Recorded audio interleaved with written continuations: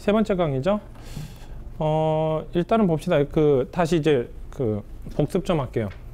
아이템 분석 페이지를 이걸 만드는 이유가 뭐냐면은, 빠른 의사결정. 그 다음에 또 뭐 있지? 첫 번째가 빠른 의사결정. 두 번째는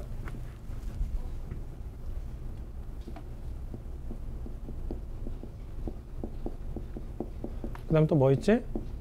오류 최소화. 그렇지. 오류의 최소화. 이 두 가지를 목적을 맞추기 위해서 이제 만드는 거예요. 그래서 보통 이런 걸 설계를 할 때는 보통은 어떻게 하냐면은 이렇게를 해요. 먼저 고민을 해. 고민을 하고 설계를 들어가. 근데 설계 들어갈 때 100% 절대 설계 안 해. 100% 설계하면은 이제 말 그대로 사족이 생기는 경우가 발생해요. 그래서 보통은 설계할 때는 50%만 설계를 해. 시나리오. 그 다음에 이제 세 번째 같은 경우는 이렇게 한다고 지금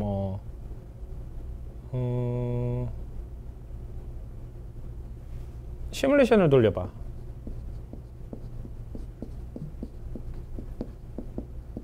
시뮬레이션을 돌리는데 이게 뭐냐면은 설계안을 한 50% 정도, 그러니까 뼈대 정도만 만들어 놓은 그런 설계를 만들어 놓고 내가 결국에는 내가 벌어지는 이슈를 이 시스템 가지고 활용을 해야 되잖아. 그럼 가상의 경우를 이제 머릿속에 혼자 생각을 하는 거야.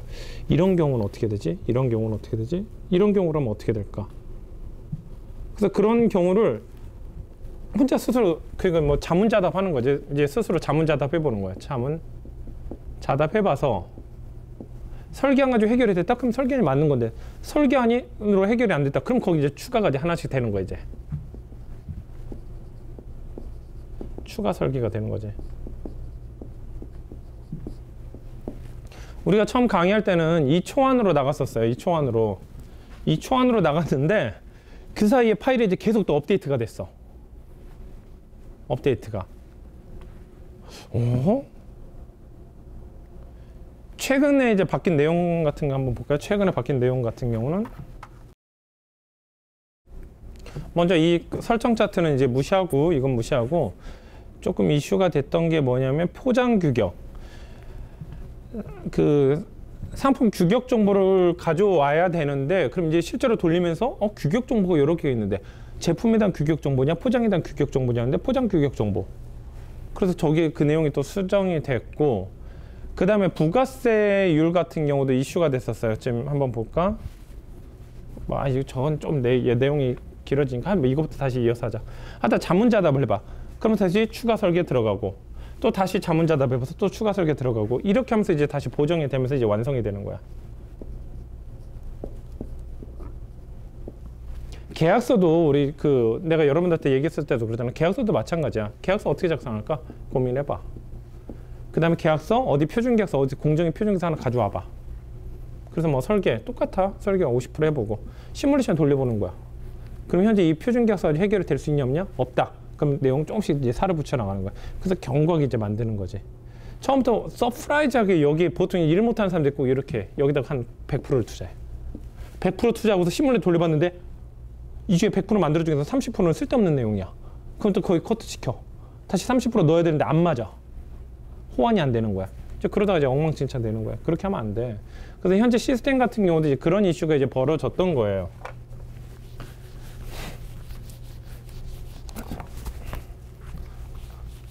이게 왜 이렇게 잘 안 지워지지?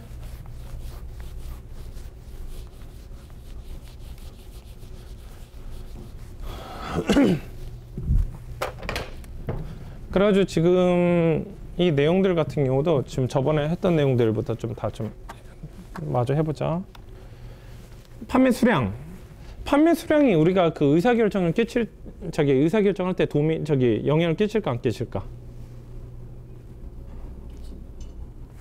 한번 보는 거 대충 해도 A라는 상품이 있어요. A라는 상품이 있고 B라는 상품인데 이거는 한 2,000개, 한 1,000개 정도 판매가 됐어요. 얘는 달랑 5개가 판매됐어요. 그럼 당연히 우리는 어떤 상품을 선택해? 당연히 이겠지. 똑같이 아마존에 팔렸고 수익률도 29%고 뭐 구매가도 똑같아. 다 똑같다. 그런데 판매량이 다르다 해서 우리가 의사결정이 달라진다? 그럼 이것도 우리의 영향을 끼치는 요인이야. 그러면 그것도 됐고요. 부가세율. 왜 필요하죠? 부가세율은? 유통 국가에 따라서 음. 부가세 부가세가 달라지면 어떤 영향을 끼치지? 그만큼 구매가가 다운이 되는 영향을 끼치죠. 그래가지고 지금 이제 그 부가세율도 당연히 알아야 돼요. 일본이 8%다. 뭐 한국이 10%다. 일본 같은 2017년도에 지금 일본의 부가세율을 지금 원래는 올해 올리려고 했는데 이제 정권에서 이제 좀 협의가 들어가지고 2017년도에 올리자 그렇게 뭐 거의 결정되고 있대요. 그래서 뭐 그런 것들. 그러다 보니까 이제 여기서 또 설계안에서 또 이제 고려될 내용이 있어. 이건 박관 애들한테도 내가 설명을 해줘야 되는데 우리가 매입가를 결정할 때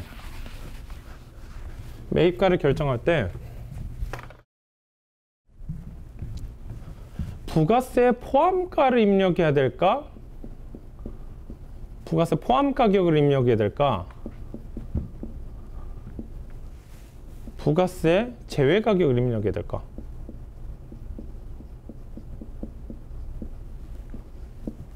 제외 가격을 입력해야 돼.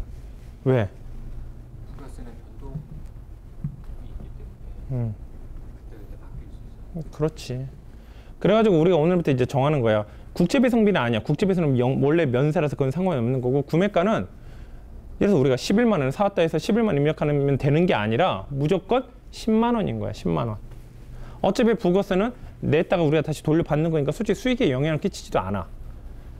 만약에 뭐 부가세 포함되는 거 14만 원, 17만 원, 16만 원 이렇게 돼 있는데 오늘부터 부가세가 8%에서 10%를 올렸다. 이러면 이제 데이터베이스 난리 나는 거야 이제는. 이거 어떻게 계산하니? 솔직히. 근데 이게 부가세가 돼 있다. 그럴 때는 이거 플러스 뭐 현재 1. 곱하기 1.08 08 해버리면 되잖아. 근데 이게 10% 바뀌었다. 그럼 국가정보에서 10%만 바꾸면 다시 다 바뀌는 거야. 그래가지고 우리가 입력할 때는 무조건 면세가로, 그러니까 부가세 포함되지 않는 가격으로 해야 돼. 그러다 보니까 이 전 페이지에 봤던 그 수식에서도 공식이 또 바뀌었어. 그래서 그 바뀐 내용 같은 경우도 이제 했고요. 그 다음에 배송수단.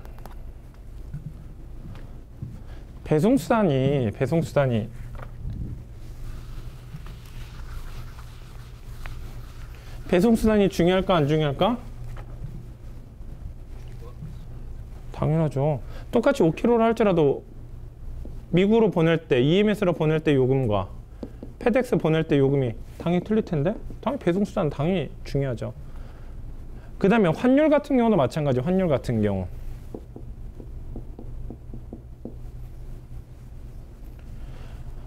환율에는 이제 그 두 가지가 있죠. 일반은 이제 매매 기준율이 있고요. 매매 기준율. 페이팔 같은 경우는 페이팔 환율이 따로 있죠. 참고로 매매 기준이 1000이라고 그러면 보통 페이팔 환율이 보통 30원 정도 다운이 돼요. 한 970원 정도. 여기에 보통은 마이너스 28에서 마이너스 30 정도까지 깎여요. 그러니까 이게 뭐냐면은 페이팔은 그렇죠. 15만 원 이상일 될 경우는 인출할 때 외화 수수료가 없다라고 안 적어도 돼. 그러니까 나중에 어차피 시스템을 이해하는 게 더 좋아. 백날 적으려고 하지 마. 이해하는 게 훨씬 중요해. 나도 어디 강의하면 잘 안 적어. 필요하다면 영상 녹화 찍으면 되잖아. 근데 영상 다 찍고 있잖아. 안 해도 돼. 필요하다면 보고 싶으면 영상 정지시키면 되잖아. 우리 회사 그런 건 잘 돼 있잖아. 이해를 해. 큰 그림을 그리려 노력하란 말이야.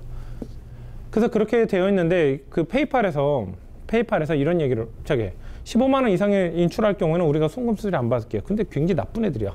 이미 얘네 가져가. 이거 가져가. 환가료라고 가져가. 환가료. 근데 거기다 또 결제 수수료 3.9% 또 가져가. 그럼 대충 한 7% 가져가는 거야. 여기 3% 이거 3.9% 7% 가져가는 거야. 페이팔 돈 많이 벌어요. 이베이 같은 경우는 고객 상담하고 그러면 셀링 리미트되고 시스템 설계하고 뭐 다양하잖아. 근데 페이팔은 그 시스템 설계할 게 뭐 있어? 한번 만들어 놓은 거 계속 유지만 시켜주는 거지. 사람이 얼마나 또 많이 관여하고 그런 것도 아니야. 그 다음에 적당히 리스크가 있다 그럼 걔도 한 2, 3천만 원 딱 가지고 있으면 걔는 페이팔도 자산이 더 커져. 얼마나 편해. 그래가지고 지금 이 환율을 항상 고려를 할 때는 꼼꼼히 체크를 해야 돼요. 그래서 여기는 보통 이베이가 되겠죠? 여기는 뭐야? 매매 기준으로 들어오는 거는? 아마존이 되겠지. 그래가지고 아마존에서 판매된다. 그럴 때는 환율을 계산할 때 매매 기준으로 계산을 해요. 이베이로 들어온다? 그럴 때는 페이팔 환율로 계산을 하고. 페이팔 환율을 계산하면 항상 매매 기준일이 나와야 돼. 그래서 현재 우리 데이터베이스 시스템에서는 매매 기준일에서 페이팔 환율을 약 28원 정도 뺀 수치를 페이팔 환율로 잡아. 정확히 페이팔이라는 데이터를 연동할 수 있나요? 없어요. 또 그래서 연동한다 하더라도 페이팔이 하루에 한 번씩 픽스되는 게 아니라 하루에도 4-5번이 바뀌어. 요동을 치니까 그냥 오차범위 내에서라면 그냥 적당하게 데이터 가져오는 게 가장 적당하다는 얘기죠. 그래서 환율도 중요해요. 그 다음에 부피 중량. 당연히 중요하겠지. 단위 중량으로 됐을 때, 이래서 뭐 일반 중량으로 했을 때는 5kg면 동일하게 요금이 계산되겠지만, 팔덱스가 부피 중량이 8kg야. 그럴 때는 5kg가 아니라 8kg 요금은 계산돼 버리잖아. 그럼 벌써 여기서도 중요해. 그러니까 부피 중량이 필요하니까 가로 세로 사이즈의 어떤 최적이 또 그만큼 필요하다는 얘기야. 희한하지?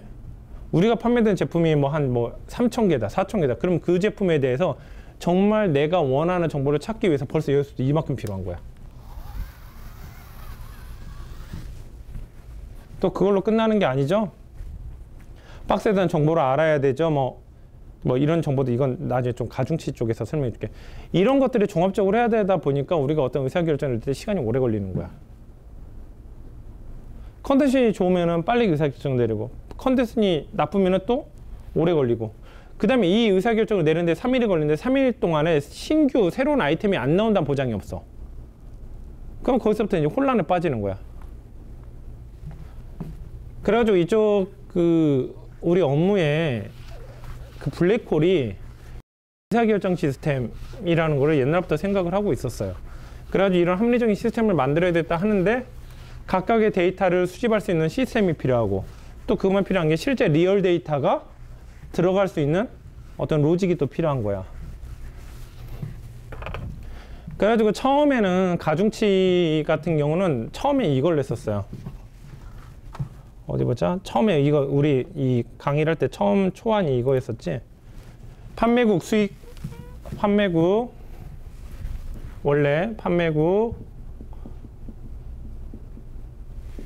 그 다음 뭐지? 수익률. 3번은 판매 시기, 쇼핑몰.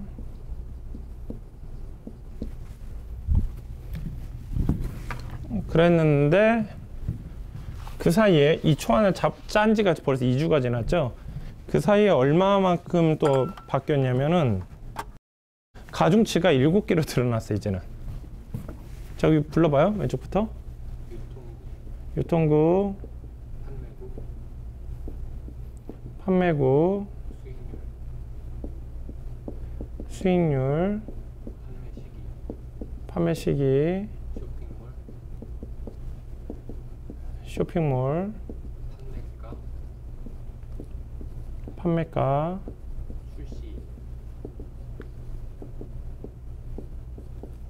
출시. 아까도 얘기했었죠. 설계를 50%만 해보는 거라. 50%만. 그래서 이게 아까 전 페이지에서 봤던 게 50% 설계 아니에요. 50% 설계한 가지고 이제 강의를 하다 보니까 박건 애들도 그걸 고민했었었지.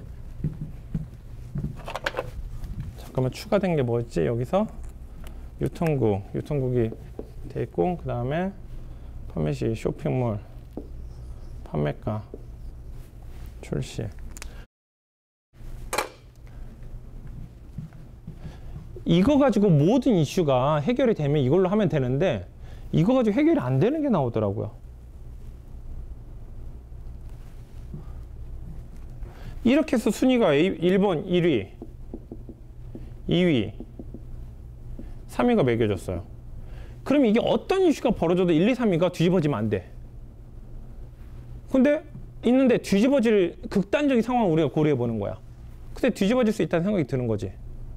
그래서 얘가 1위였었어. 근데 뭐 보통 여기가 뭐냐면 일본이었어. 여기도 일본이고.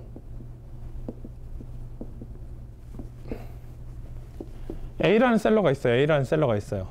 A라는 셀러가 있는데 올해 수출탑을 받아야 되겠어요. 근데 남은 기간이 이제 2월달, 3월달, 4월달, 5월달, 6월달 이제 5개월 남은 거야. 근데 일본 상품은 수출 시장이 쌓이나 안 쌓이나? 안 쌓이게 되겠지. 그럼 그분한테는, 그 회원사한테는 1위, 2위 상품은 필요할까 안 할까? 전혀 안 해. 관심도 없어요. 바로 버려버려야 돼. 그럼 벌써 여기서 이 로직 가지고는 해결이 안 되는 거야. 그렇게 필터링 할 수 있는 게 없잖아. 그러니까 유통국도 필요하다는 얘기지. 한국 상품 밀어붙여야 되겠다. 아, 나 일본 상품 다 제거하고, 아니면 극단적인 경우 우리가 유통국이 한국, 프랑스, 일본, 미국 이렇게 되는데 다 필요 없고 한국만 필요. 그럼 나머지 가중치 0으로 다 맞춰버리면 돼. 그럼 나머지 한국 제품만 올라가잖아. 그래서 유통국이 하나가 추가가 됐죠. 또 하나는 또 이제 박건우 대리가 또 뭐라고 얘기했었지? 저번에 뭐가 필요하다고 했었지? 판매가가 필요하다고 했었지? 한번 봅시다. 또 뭐든지 극단적인 상황을 고려해보는 거야. 1회 제품 잘 팔려. 평균 객단가가 120불이야. 3위 제품도 130불이야. 2위 제품이 130불이야. 3위 제품이 980불이야.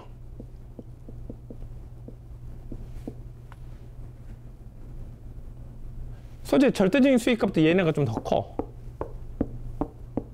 수익률도 얘네가 크니까. 근데 사람은 얘를 선택했어. 왜 선택했을까? 같은 수량 판매도 수익 금이 그렇지. 훨씬 일이 적지. 훨씬. 마티즈 100대 파는 것보다는 롤스로이스 한 대 파는 게 훨씬 나을 수도 있어.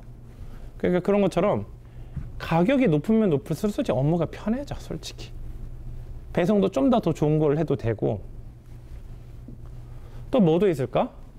이 단가가 높으니까 나도 지금 이번에 그 설 명절 때 일하면서 찾았어요. 단가가 높으니까 의사결정도 굉장히 좀 도움이 되는 부분들이 있더라고. 어떤 게 있을까?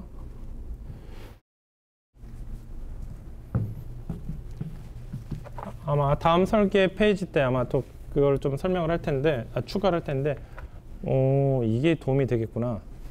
단위당 배송비를 할 때는 1kg일 때는 3만 원이라 치자. 5kg일 때는 뭐 17,000원이야. 10kg일 때는 9,000원이야. 예를 들어서 15kg일 때는 뭐 6,000원이야. 20kg일 때는 5,000원이야. 제품 한 개당 무게가 각각 다 1kg야. 1kg야. 그럼 몇 개를 사는 게 최적일까? 무조건 많이 산도 도움이 되는 게 아니지. 적은 자금을 가지고 최대한 돌리는 게 중요하잖아. 1kg짜리 이렇게 돼 있을 때는 이거 수익률 20% 할자도 2만 원 남아. 2만 원. 그 2만 원 남기 때문에 얘와 얘 차이가 2만 5천 원이야. 그 얘는 이 하나 팔 때 2만 5천 원 수익이 남기 때문에 그걸 더 잃으면 안 돼. 2만 5천 원 중에서 만 원만 날으면 수익률이 10%가 날라가. 그냥 공중에. 그 다음에 거의 근접한 수익이 15kg, 20kg까지 들어가야 돼. 무슨 말인지 알겠지? 그런데 980불짜리는 2만 5천 원은 2만 5천 원, 뭐 얘랑 2만 5천 원 차이 나지 수익에 영향을 끼치는 게 2%밖에 차이 안 나. 그러다 보니까 이 120불짜리는 범위가 굉장히 좁아져. 한 이 정도 때? 라고 하는데 고가 제품들 같은 범위가 커지는 거야. 온실의 폭이 더 넓어지는 거야. 일단 우리는 적게 사면 좋잖아. 적게 사서 자금을 더 다양한 상품을 돌리는 게 좋잖아. 근데 저가 제품은 그게 안 돼. 저가 제품은 워낙 수익률이 낮기 때문에 한 만 원만 딱 손해봐 버리면 갑자기 가격이 확 뛰어버려. 수익률이 확 낮아지고. 그러니까 지금 박건우들이 얘기한 것도 이제 다른 포인트에서 시작하겠는데 같은 말이야. 이 모값이 크다 보니까 그런 오차 범위에 대해서 해볼 만해. 근데 단가가 낮아버리면 안 돼. 다운이 돼. 그래가지고 뭐 그런 것들, 그런 여러 가지 상황들이 고가 제품을 더 많이 선호를 하는 게 맞아. 그래서 당연히 또 여기에 추가 항목이 이렇게 되는 거지. 또 한번 보자. 또 이걸로 똑같을까? 어떨까? 한번 봅시다. 맨프로토 410 모델이 이번 한 달 동안에 뭐 최근 한 달 동안 30개 팔렸어요. 그랬는데 갤럭시 S6가 128기가가 그 일주일 뒤에 출시가 돼. 당일 판매량 몇 개야? 0개야. 솔직히 어떤 제품을 더 노려야 돼? 이건 100%야. 이건 얘기할 필요도 없어. 이거는.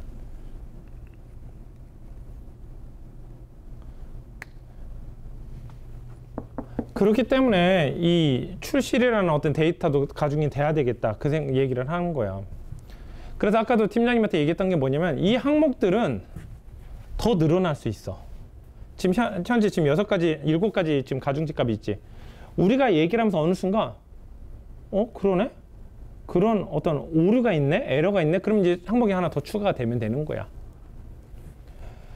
그래가지고 우리는 이 퍼센트를 가지고 컨트롤 해가면서 각각의 우리 요구사항이 있겠지. 그러니까 예를 들어서 뭐 여기다가 뭐 저기 뭐야 수출용 상품 추천 이렇게 하면 수출용이라면 어디 이렇게 돼? 유통국의 가중치가 굉장히 높겠지. 굉장히 높고 뭐 수익률 두 번째로 높다든가 뭐 이런 식으로 이렇게 되겠지. 그 대신 이제 유통국 중에서 한국 말고 다른 데는 뭐 90, 80 이렇게 주는 게 아니라 다른 데는 그냥 0으로 줘야 되겠지. 아니면 뭐 저기 뭐야 그 쇼핑몰 아마존 잘 판매되는 것만 내가 골라내고 싶다. 근데 아마존에 대한 가중치를 세팅값을 조절을 해가지고 그거 가지고 또 움직이는 거고. 그래서 이걸 하면서도 이 가중치가 현재 지금 7가지 가중치가 움직일 텐데 이 7가지 가중치 외에 추가적으로 8번 가중치, 9번 가중치, 10번 가중치가 분명히 이제 나올 거예요. 나올 거야. 그러나 이제 그 가중치에 대해서 이제 추가를 해야 될지 말아야 될지 브레인스토밍을 해야 되는 사람들이 누구냐면 우리야.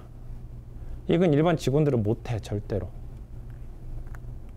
그 다음에 이 시스템에 대해서 항상 무조건 맹신할 게 아니라 여기상에서도 풀리지 않는 뭐가 있을 거야. 계속 뭔가 의문을 던지고 뭔가 계산을 해. 그러면서 점점 오류가 점점 줄어들겠지. 그렇게 해서 지금 처음에 이제 그 몇 개로 시작했지? 4개의 가중치로 시작된다는 게 결국엔 지금 현재 7개 가중치까지 늘어난 상태예요. 또 그 다음에 이 가중치 처음 페이지에서는 원래 이렇게 설계했었지. 하나의 가중치 값으로 순위가 딱 정해진다고 했었어. 그러니까 박간일이가 보는 가중치 값과 박민혜들이가 보는 가중치 값과 내가 보는 가중치 값이 똑같아서 순위가 똑같은 순위가 필요하다 했었어. 원래 설계는 그렇게 돼 있었잖아. 근데 그게 너무 다른 거야. 아까처럼 그 아마존을 선호하는 어떤 전략이 필요할 때도 있고 수출 전략이 필요할 때도 있고 아니면 뭐 예를 들어서 뭐 그 신제품을 선호하는 어떤 전략이 필요할 때 수많은 전략이 그때그때마다 계속 요구가 되잖아. 그럼 그 요구가 되는데 현재 시스템은 하나의 알고리즘으로만 돼 있어. 그래서 이거 안 되겠다. 그래서 더 디테일한 설계가 들어간 게 가중치 관리하는 이제 페이지가 들어가게 된 거야. 그래서 현재는 지금 전에는 이 메뉴가 없었었죠. 이 메뉴가 없었는데 지금 이 메뉴가 생긴 거야. 셀렉트 박스로 이것을 뭐 설정 1값, 설정 2, 설정 3, 설정 4, 설정 5 뭐 이런 식으로 아니면 뭐 수출용 상품, 뭐 아마존용 상품, 아니면 신제품용 상품, 아니면 어떤 판매 그 수익률용 상품 뭐 이런 식으로 해서 우리가 그때그때 필요에 따라서 의사결정을 딱딱딱딱 맞춰보게. 뭐 이런 것도 있을 수 있겠지. 뭐 이런 테스트 해볼 거야. 뭐 설정 1로 전체 예산의 한 20%를 투자해보고 설정 2로 한번 투자를 해보고 설정 3으로 한번 투자를 해보고 설정 4로 투자해보고 그러면 그게 한 달 정도 돌리다 보면은 각 설정별로 또 그 가중치가 또 나올 거야. 어느 게 더 판매량이 더 잘 나오고 어떤 게 우리 회사한테 수익에 도움이 되는지. 그러니까 그런 설계를 해야 되겠다 해서 이게 각각의 설정값을 이제 저장시킬 수 있는 어떤 그런 설계가 필요하겠고 그 설계에 대해서 이제 들어가야겠다고 이제 만들어진 거지. 그래서 설정명과 비고는 직접 텍스트로 쳐서 입력하는 부분이에요. 그 다음에 비중명, 그러니까 이 비중명, 유통국, 판매국, 수익률, 판매시기, 쇼핑몰, 판매가 출시일은 앞으로 더 늘어날 수 있어야 돼. 이걸 개발팀한테 더 늘어날 수 있다, 이게 픽스다라는 걸 정확하게 얘기해줘야 된다고. 근데 솔직히 7개에서 더 늘어나냐 안 늘어나냐는 별 상관이 없는데 이거는 굉장히 중요하다. 봐봐.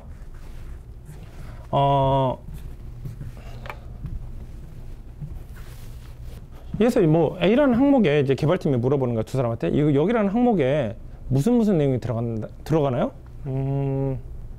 판매 여부가 들어가면 될 것 같습니다. 아, 그러면 판매됨, 판매 오케이, 판매 안됨, 판매는 이렇게 들어가나요? 네. 그러면 이제 더 이상 경우는 없나요? 이제 기획자가 이제 실수를 저지르는 거야? 더 이상 없나요? 네, 절대 없어요. 그래요? 그러면 이제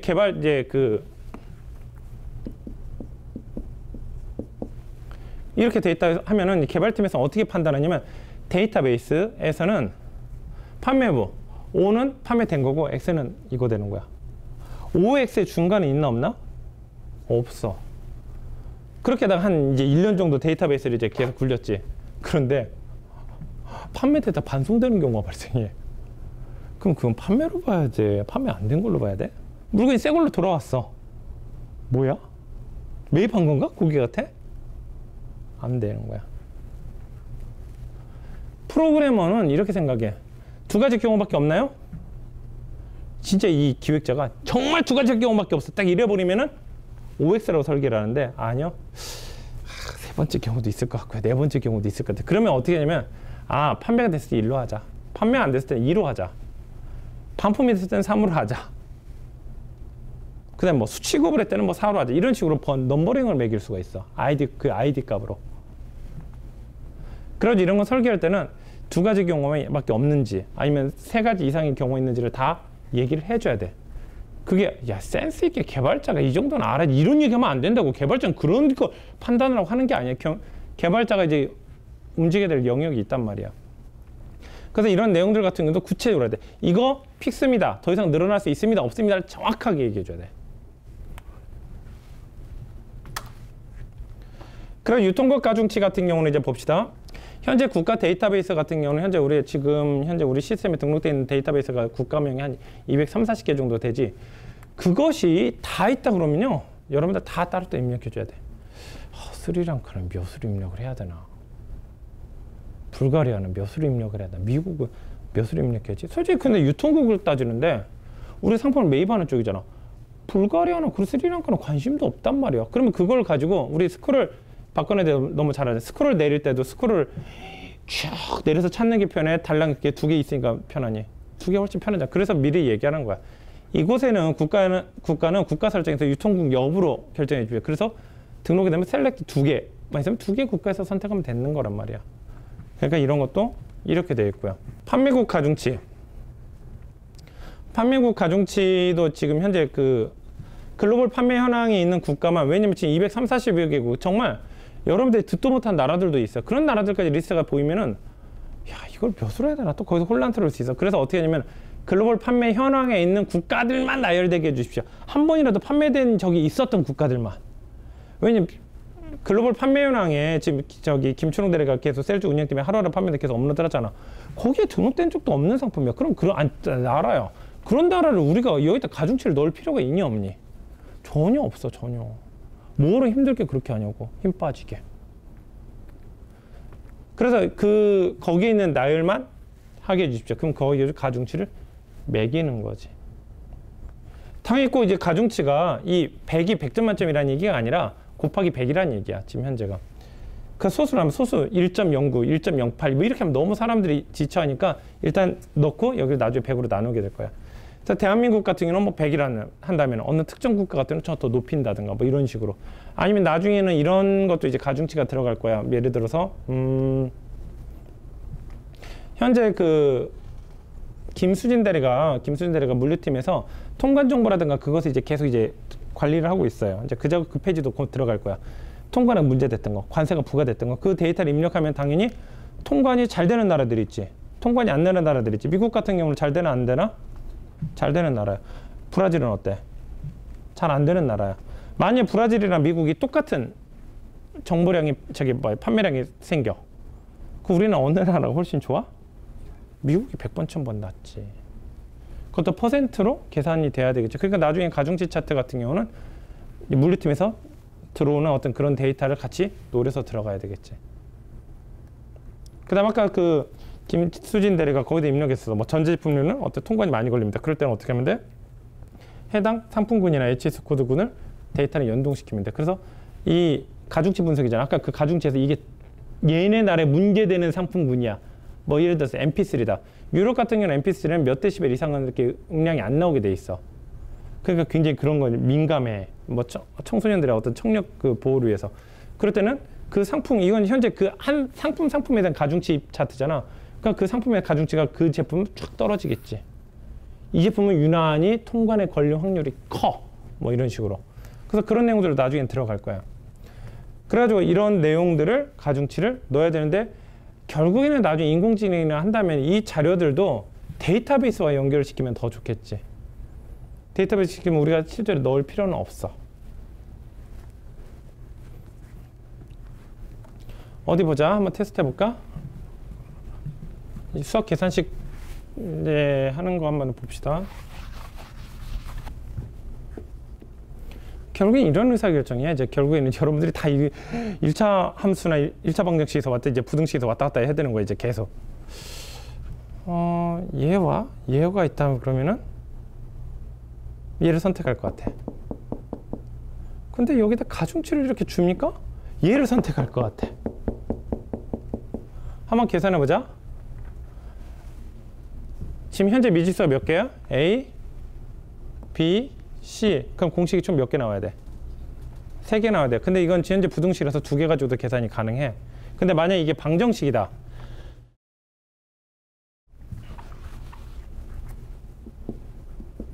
이런 경우라면은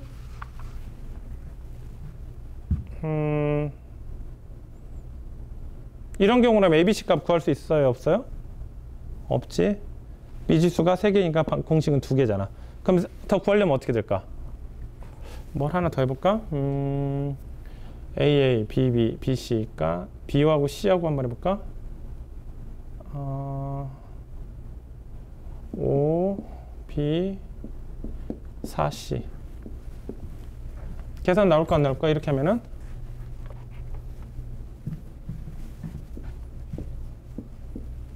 나올까 안 나올까?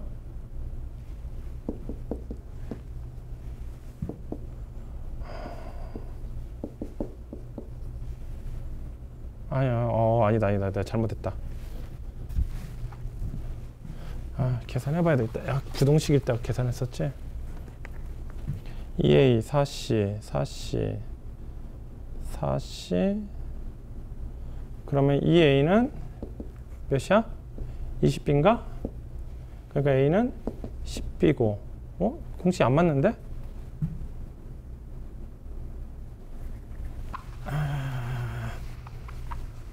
좀 계산을 좀 다시 해야 되겠다. 어디 보자. 수학실 또 만들어야 되네. 10B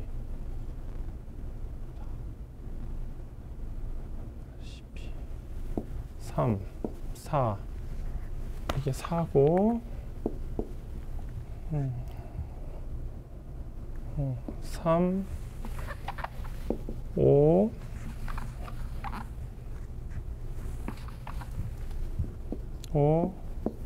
4 잠깐만 4, 5지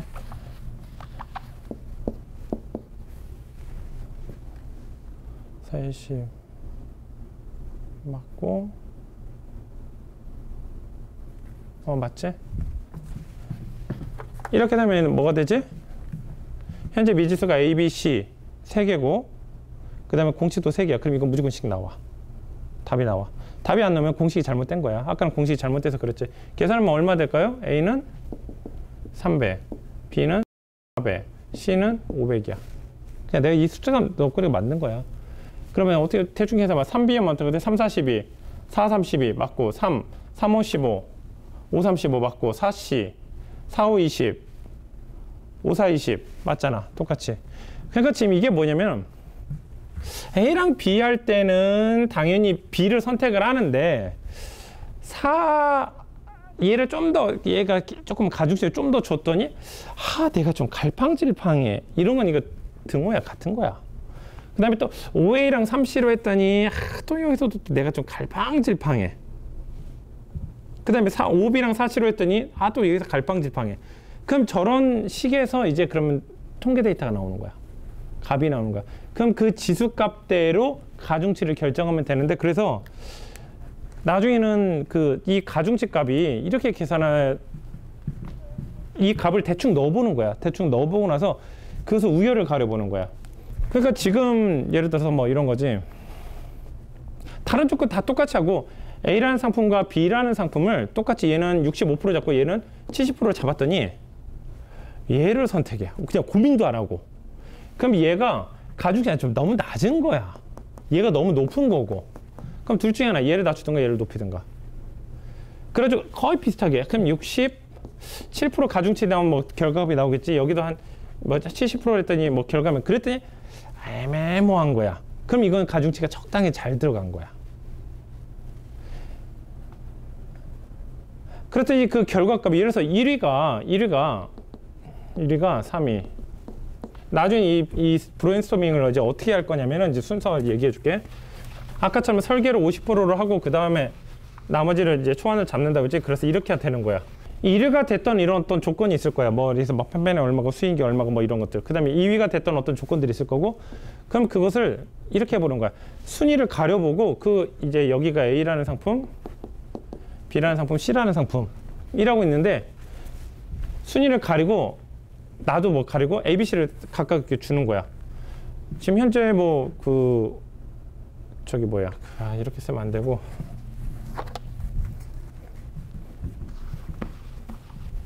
사과, 배, 오렌지, 사과, 배, 오렌지. 절대 순위는 공개하면 안 돼. 우리가 지금 가중치를 넣어놨어. 대신 이건 블라인드 테스트야. 가려놓고서 대신 여기 공개된 정보는 다 공개해야 돼. 수익률이 얼마고요. 그 다음에 아까처럼 그 가중치 7개 차트에 있는 그 내용을 구체적으로 주는 거야. 그래서 여러분들 MD라면 어떤 상품을 고르시겠어요? 각각 계산을 하겠지. 각각 계산하면 나도 이런 제품을 해보겠다 했는데 3명이 모두 다 이 순서가 1위, 2위, 3위가 나오면 저 가중치는 제대로 작동하는 거야. 그러겠지 당연히. 우리가 그걸 알고 싶어서 그러는 거잖아. 근데 그게 아니라 나는 1, 2, 3인데 박민희들은 3위 1위고 박관희들이가 2, 3, 1이다. 그러면 그럴 때는 다시 브레인스토밍 해봐야 돼. 왜 이런 이유가 생겼는지. 그러면 결국엔 대화를 해보고 토론을 해보면 결국엔 핀트가 어느 한 부분에서 만나. 어디서 서로 간에 이제 갈등이 생기는. 그러면 거기 그 가중치를 조정해야 돼. 그 내용이. 그러니까 이게 시스템이 완전히 만들어지면은 그게 끝나는 게 아니라 저 가중치 저 미세 조정하느라고 굉장히 힘들 거야. 가중치 생각해봐라. 처음에 그래 100이야. 처음에 대한민국 저 위에 가장 우리 우선순위 안에 100 넣는 건 너무 간단해. 처음 시작값이니까. 근데 봐라. 근데 이 100이라는 게 여기서 1씩 떨어지게 할 수도 있어. 3씩 떨어지게 할 수도 있고 5씩 떨어지게도 할 수 있어. 10씩 떨어지게 할 수도 있고. 그럼 어떻게 결정 내려야 돼? 그렇대서 중국이랑 캐나다 하나가 우리한테는 우열이 있나? 없을 수도 있어. 그래, 그 비슷하게 줬어. 그랬더니 뭐 결국에 뭐 호주 뭐 90그룹, 뭐 80그룹, 70그룹 이렇게 했는데 이 마지막 그룹에 20그룹과 대한민국이 이렇게 있다고 이제 치자. 대한민국 그래서 100포인트 받았어. 대한민국이 100포인트 받았어요. 그 다음에 호주가 저 20포인트를 이제 받았어요. 그럼 결국엔 뭐냐면은 이건 또 이렇게도 해석이 될 수 있는 거야. 이거 5개 판매될 때랑 한국 거 하나 판매될 때랑 그럼 똑같은 얘기야. 그럴 때 했을 때 둘 중에 어느 거 고를까 그렇게 얘기할 수 있어요? 무조건 어디가 좋다고 할 거야? 호주가 좋다고. 그럼 이건 가중치 잘못된 거야. 그러니까 최악의 점수가 떨어지는 순위에 있는 아주 극단적인 경우가 뭐 떨어지는 그런 게 있다. 뭐 쇼핑몰이 뭐 A, B, C라는 쇼핑몰이 있다. 근데 우리는 A를 선호하는데 가장 덜 선호하는 C가 있다. 그럼 그게 뭐 이런 식으로 뭐 100대 20 이렇게 차이 난다면 역으로 계산하면 이거 정말 C등급의 쇼핑몰에서 5개 판매된 거나 A등급 쇼핑몰 하나 판매된 거나 똑같은 이슈냐? 아니, 그건 아니거든. 이거 그럴 때는 5개 판매는 게 훨씬 C등급에서 5개 판매는 게 훨씬 나을 수도 있어. 그러니까 거기서 항상 그 조절할 때는 이거 참 애매모호하다 할 정도까지 이 미세 조정이 들어가야 돼. 그리고 호주 쪽을 하는데 대한민국에서 유통하는 게 있고 호주 쪽에서 유통하는 게 있다면 대한민국에서 100개 정도 판매된다면은 호주 쪽에서는 120개 정도 판매되면 서로 같은 쌤쌤으로 볼 수 있겠다 라고 돼야 되겠다. 그럼 여기 호주에다 가중치를 몇을 줘야 될까?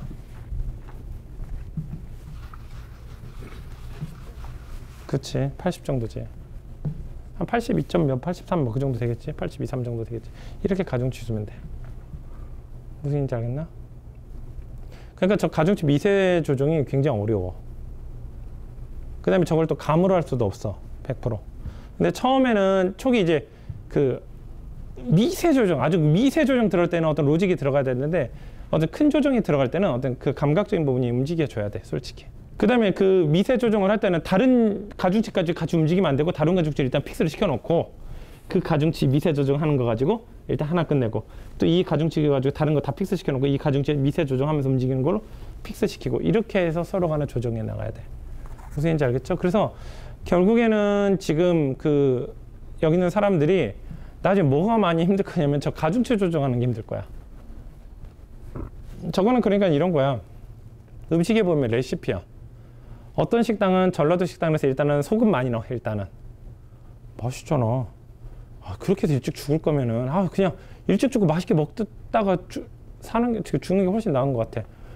뭐 오래 살려고 뭐 저염 뭐 설탕 거의 안 들어간 거, 소금 안 들어간 거. 우리 아는 우리 사돈 어른 댁에 갔더니 우리 사촌 형님이 처가살이하거든. 갔더니 난 전라도 사람이니까 난 짭짤하게 먹어야 돼.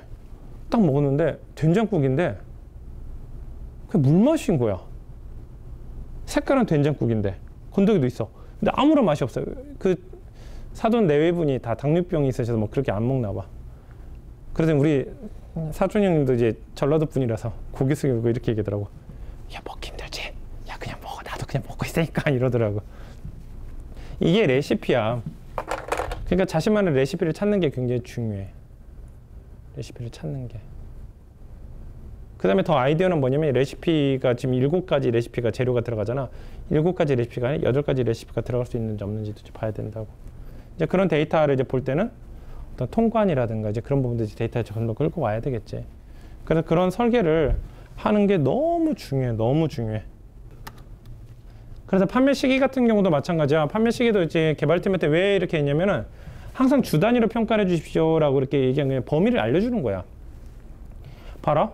1년 단위로 평가하겠습니다. 2015년도니 14년도 이렇게 평가하는 방법이 있고 1 단위로 평가하는 게 있고 그렇게 되는데 그게 아니라 그냥 주 단위로 끊겠습니다. 7일 단위로 끊겠습니다. 5일 단위로 끊겠습니다. 이걸 미리 얘기해 줘야 돼. 이걸 얘기 안 하면 여기 설계를 어느 정도까지 범위를 벌려야 되나? 이제 그걸 가지고 이제 고민할 때가 있어. 그래서 뭐 그런 것들. 그래서 뭐 단위는 주인데 여기 3주차까지는 가중치 100, 8주차까지는 가중치 200 이렇게 해도 돼. 뭐 그거는 뭐 상관없어. 대신 단위가 주로 시작한다는 거. 왜냐면 우리 1단위까지 그렇게 미세 조정할 수는 없잖아. 왜냐면 그게 신뢰성이 있냐고. 그 정도는 아니야. 그래서 지금 단위는 주 단위로 하고 있어. 주 단위로. 쇼핑몰 가중치 한번 봅시다. 쇼핑몰 가중치는 솔직히 이베이가 지금 100이라는데 어느 게 옳다 그러다 솔직히 얘기하기는 그래. 근데 이제 회원사마다 다를 수가 있어. 이래서 어느 정도 자금력이 가지고 정부 자금을 가지고 있다. 어느 유동성 자금을 가지고 있다. 아마존이 좋을까? 이베이가 좋을까? 아마존이 좋을 수도 있어. 근데 현재 자금이 거의 없어. 매출액을 빨리 일으켜야 돼. 그러니까 1년짜 프로듀싱 회원사들이겠지. 그럴 때는 어떤 주기 좋아? 이베이가 훨씬 좋을 수 있겠죠. 왠지 자금 정산 주기가 빠르니까. 그러니까 그때에 맞게 하면 되겠지. 당연히 이베이나 아마존 데이터베이스 같은 경우는 현재 티클라우드에 그 쇼핑몰 정보에 다 데이터베이스가 돼 있어. 그래서 여기에 현재는 2개 되지만 3개, 4개, 알리바바는 아니지만 뉴에그라든가 뭐 기타 쇼핑몰 추가하면 여기도 같이 추가가 되는 거야. 그러니까 이 데이터도 따로 놓는 게 아니라 티클라우드에 있는 쇼핑몰 데이터베이스로 얘가 같이 움직여지는 거야. 그러니까 이거 추가할 때 저기 신규 그래서 뭐 신규 버튼 뜨기 있겠지. 신규 버튼 클릭했는데 쇼핑몰 고를 수 있는 게 없는 2개밖에 없어. 셀렉트 박스가 이제 2개밖에 없는 거. 왜 그러냐면 그건 티클라우드에 2개밖에 등록이 안 돼 있어서 그래.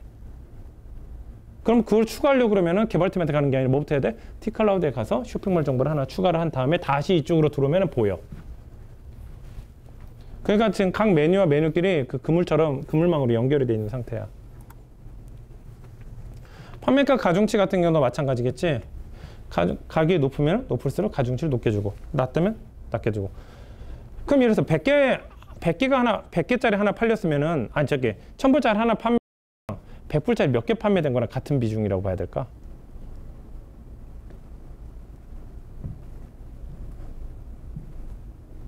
수익으로 한번 따져보자.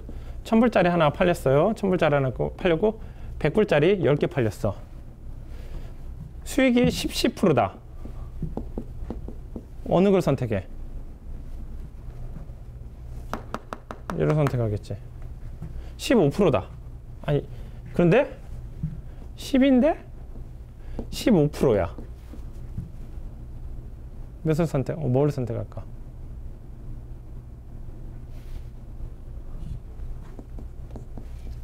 13, 12, 11.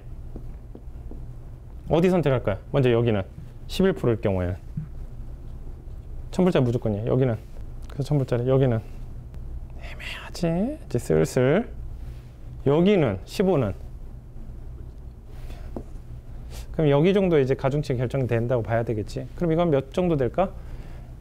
1000불짜리가 100이라고 그러면은 현재 그 100불짜리 정도 몇으로 해야 될까?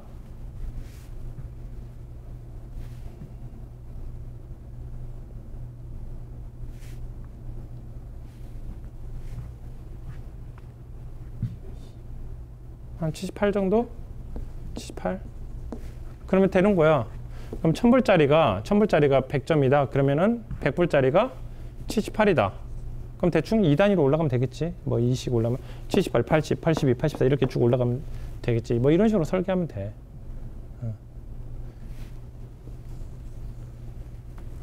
무슨 얘기인지 이해가 되니? 그렇지만 이걸 혼자서 결정하면 될까 안 될까? 안 돼. 좀 어려워.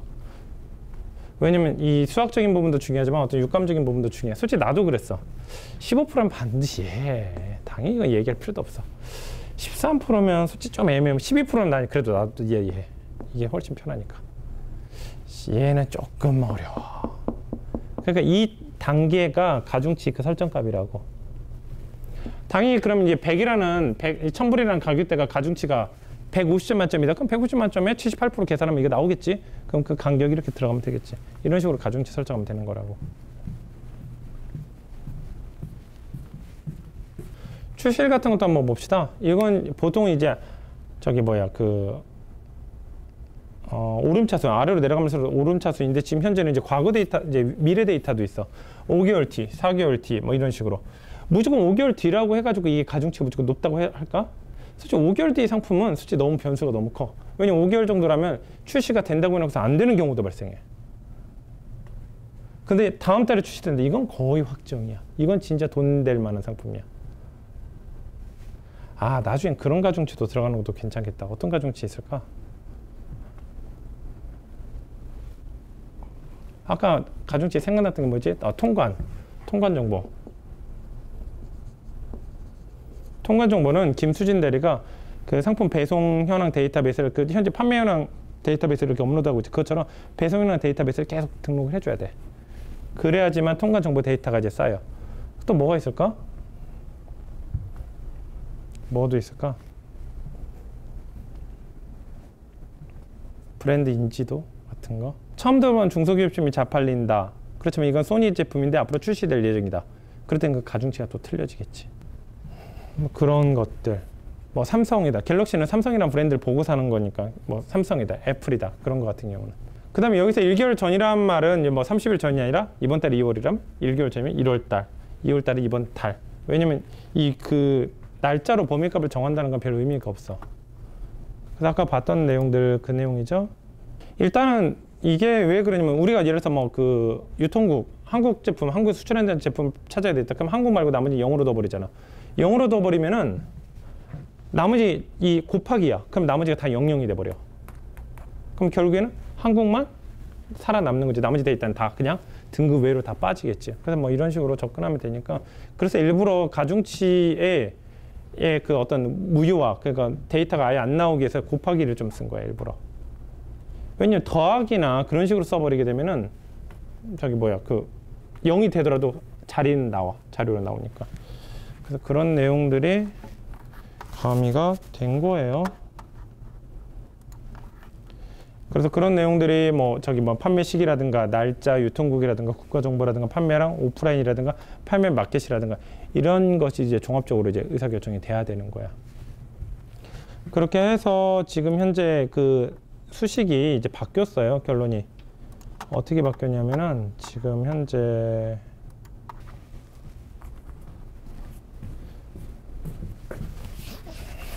EBA 수수료 한번 계산해 볼까? 우리 같이 뭐 넣어야 되지? EBA 이거 보지 말고 화면 보지 말고 EBA 수수료, EBA 수익률부터 계산한 거 보자. 먼저 수익률 우리 계산할 때 뭐분에 뭐라고 그랬지?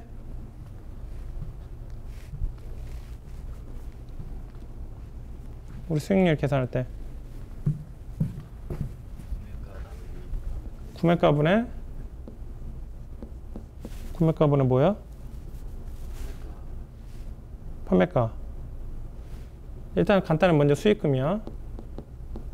내 돈 주머니 얼마 들어오냐. 그 다음에 또 구매가는 또 뭐에서 뭐가 빠지냐면 구매가는 판매가에서 뭐가 빠져? 배송비가 빠지고 구매가 빠지겠지? 그 다음에 또 뭐도 빠졌다고? 수수료. 더 자세히 써보자. 깔끔하게 쓰자. 구매가에서 판매가 빼기 수수료 빼기 배송비 빼기 또 뭐? 뭐 빼야 돼? 구매가에 수익금이 나오잖아. 이제 보자. 또 판매가. 판매가 또 어떻게 계산하지? 판매가 입에 이제 판매가 이제 계산하는 거야. 판매가 곱하기 어떻게 계산해야 돼?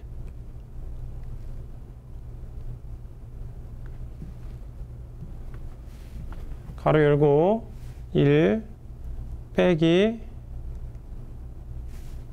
뭐야? 이베이 수수료율 빼기 3.9%또 빠져야지. 곱하기 근데 얘는 지금 환율이 뭐야? 달러지 지금? 환율은 뭘 곱해야 돼? 어떤 환율을 곱해야 돼? 매매 기준율을 해야 되겠죠? 잘한다. 어디서 희롱을 하고 있어. 페이팔 환율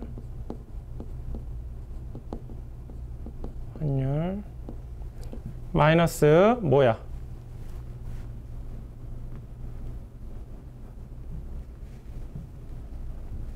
구매가야 뭐야? 구매가잖아. 구매가는 부가세 포함되는 거야? 면세가야? 아니면 부가세 포함가야? 면세가.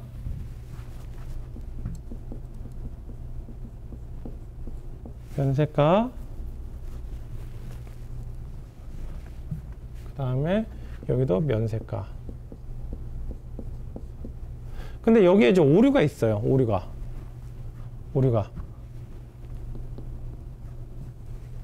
현재 이 가격은 화폐로 따지면 원할까, 엔화할까, 달러할까?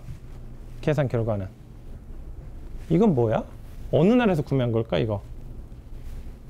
현재 공식으로 봐서는. 면세까지 어떻게 풀어지냐에 따라 좀 달라지겠지. 이거는 만약에 이 면세까지 뭐 구매가가 뭐 29,000원이다 이런 식으로 입력하면 이거는 한국에서 발송되는 거야. 근데 일본일 경우도 있어, 이거는. 그래서 여기에 정확히 하면 면세가에다가 곱하기 환율이 또 곱해야 돼.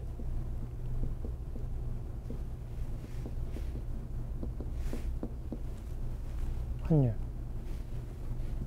근데 이게 면세가가 한국에서 구매한 거다. 그럼 환율을 곱할 필요가 있어요, 없어요? 없어요. 그럼 한국일 경우 그냥 1로 바뀌는 거야, 1로. 밖에서 그냥 입력하면 되는 거고, 일본인일 경우에는 일본이 현재 환율이 얼마라고? 900? 현재는 30원 정도 돼요. 근데 930원이 실제로 그 환율이 930원이 아니라 9.3이야. 그 일본은 소수 두째 자리까지 환율이 나와. 근데 소수 두째 자리까지 환율 쓰는 나라가 있니 없니? 지금 전 세계에. 없죠. 그래서 그거를 일본 환율은 100을 곱한 거야.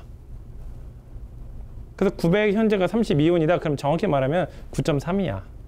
9.3이야. 그러니까 일본 환율은 데이터를 그냥 바로 넣으면 되는 게 아니라 일본 환율을 나누기 100을 해야 되는 거야. 그래서 지금 일본일 경우, 일본은 100을 특별히 나눈 게 아니라 그 차트에 보이는 게 100이 나눠져야 되는 거예요, 원래가.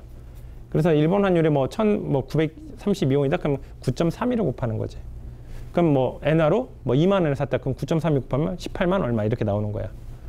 그래서 이렇게 되는 거겠지. 그럼 다시 조금 더 정리하면은 판매가, 이건 US 달러겠죠. 1 마이너스 이베이 수수료율은 뭐에 따라 결정이 되지? 카테고리마다 결정이 되죠. 그래서 현재 T클라우드에 카테고리 별로 수수료율이 다 정해져 있어요. 뭐 6%짜리도 있고 7%짜리도 있고 8%짜리도 있고. 그러니까 당연히 이 아이템 분석 시스템을 가동을 하려면은 상품 번호 있잖아. IIS에서 등록할 때 카테고리를 선택해줘야 될까 안 해줘야 될까? 해줘야 돼. 반드시 해줘야 돼. 그래가지고 그것을 5만 개가 있다. 이래서 5만 개가 있는데 5만 개에서 다 그렇게 하면 너무 힘들잖아요. 김의원 대리가 죽어나잖아. 그래서 어떻게 하냐면 등급 외로 떨어지는 것들이 이렇게 나오게 될 거야. 그럼 등급 외만 이렇게 보면은 이 리스팅은 뭐가 선택이 안 돼 있어서 안 나오는구나. 그것만 잡아주면 되는 거라고. 왜 5만 개 데이터 있으면 솔직히 우리가 필요한 건 2, 3천 개 데이터밖에 없다고. 그럼 2, 3천 개만 작업하면 되잖아. 그래서 그런 식으로 해서 이거를 줄여 나가는 거야. 그래서 카테고리가 있으니까 여기 뭐 예를 들어서 뭐 10%라고 치자. 그러면은 판매가 1만 IS 0.139가 빠지면 되겠지? 곱하기 페이팔 환율 마이너스 면세가 곱하기 환율인데 한국은 뭐 1이 되겠고 여기도 면세가 환율인데 여기도 1이 되겠지. 그래서 뭐 이베이는 이렇게 계산이 되는 거예요. 그래서 현재 공식이 처음에는